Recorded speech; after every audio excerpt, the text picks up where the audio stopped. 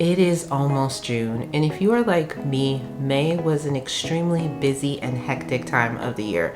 Not only is it the end of the school year for me professionally, which is a significant part of my job, but it's also the end of the school year for students, for your kids, for my kids, and so the whole transition from May to June is one of not only busyness, but often relief as the school year draws to an end. May is a natural time to start really making that transition from spring to summer. And so this is a really great opportunity for you to reevaluate your space. One of the things that I did during the month of May is really go through my closet and start to purge some items. And I'm not talking about a spring cleaning. I ain't got time for that. It's May.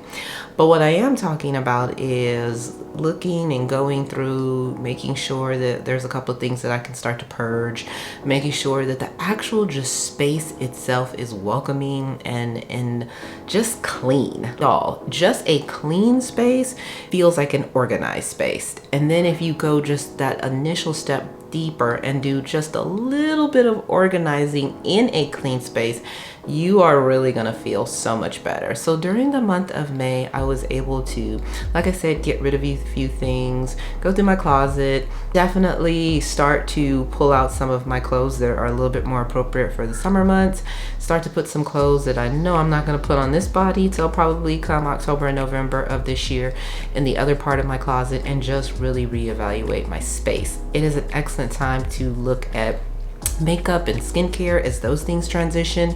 I know for me, as I get darker during the summertime, my foundation color changes and just my makeup look in general changes. It is just literally too hot where I am. I am in Houston, and right now it is literally 97 degrees. I am not making this up. It is not even June. I need y'all to feel with me what I am feeling. Do you see what that says? It is 97 degrees at 3 o'clock in the afternoon in May, almost June. What is that saying for June? I digress. But my point is that this is just a good time to do that. The other thing is this is an excellent time to make a commitment to hydrating yourself. I personally despise drinking water. One of the things that does help me though is whether it's a Stanley or Simply Modern, which I'm a Simply Modern girl, I have found that when I fill that up in the morning, I am way more likely to drink the whole thing if I just have it with me throughout the day. I have one for at home and I also have one for work. The other thing about hydration is I saw something and I was like, this is a genius. If you are at work for 8 hours a day and you only drink 8 ounces of water an hour, now that is the little tiny baby like cups of water they give you, or the little tiny bottles. If you literally just sat there and drank 8 ounces at the beginning of each hour or at the end of each hour, at the end of the day you will have 64 ounces of water. It seems like when I drink water, I'm trying to drink all the water at once, and then I don't like water, so it's just like I don't want to do it. But I'm like, girl, you could easily drink 8 ounces of water every hour, and like do that for 10 hours. That's like 8 ounces of water. Like, why did I not know this already? Like, it's genius to me. The other thing about the summer is this is a great time to reevaluate not only that, but your current fitness regimen. I know for me personally, I love running and I am highly and strongly committed to my fitness, but this is the time of the year where I'm not going outside and running. My husband literally went outside the other day at 6 o'clock in the morning and ran 6 miles, and it was literally like 74 degrees. No, 78 degrees. And it was like 84% humidity. I was like, are you trying to make me a widow? Are you trying to have a heart attack outside? And I am blessed. We have a Peloton tread, so I am able to jump on the treadmill. I have a Peloton bike. I have that whole ecosystem of fitness, but no matter what it is, this is just really a good time between the hydration and the reevaluation of looking at what your workout routine is going to be and be thinking about what that needs to look as you go into the month of June. This is a good natural time to go outside and explore, definitely, but at the same time, you also need to be mindful, depending on where you are in the country or in the world, what the weather is like. If you are anywhere like California, like where I'm originally from, it's a great time to go outside. If you're in Houston, not so much. The other thing about June and what I was able to make sure that was accomplished in May is just, it is the best time of year to really sit back and think about not only what you're putting in your body, but what are you doing with your free time. Free time as far as what's happening on the weekends, what's happening when you get home from work in the evening, and making intentional time and having relationships with the people that you love. I cannot emphasize this enough.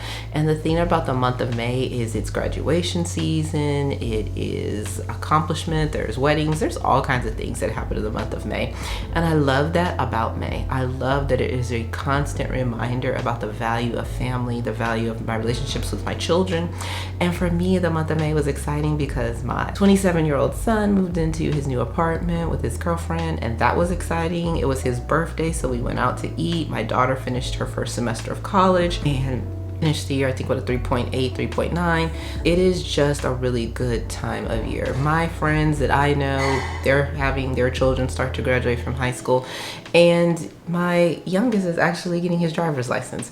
So it is exciting as far as what I like to think of for May, and so this May was no exception to that rule. And so for June, what I fully expect for myself is to definitely travel. Luckily, I'm blessed that we don't work Fridays in the month of June, so I definitely want to do some things with my husband and my kids and really just explore not just my local environment, but maybe go visit my brother and my nieces in Oklahoma. And more importantly, make sure that I emphasize the importance of self-care. Because May was so busy, I want to make sure that June, it is essential and critical that I'm doing the things that take care of not just my physical well-being, including my skin and my fitness and my health, but then also my mental well-being. How am I winding down at evening? How am I being careful to not stay up super late because there's more daylight and I still have to get up early in the morning? What intentional things am I doing to make sure that the month of June is the strongest so far of 2024? So I'm curious to what your May look like. I want you on a scale of 1 to 10, 10 being it was absolutely fantastic, 1 being like it could never be as bad as it was for the rest of the year, what your May looks like, and then more importantly, what your goals are and what the focus is for June. And I will see you in the next video where we reset for the month of July.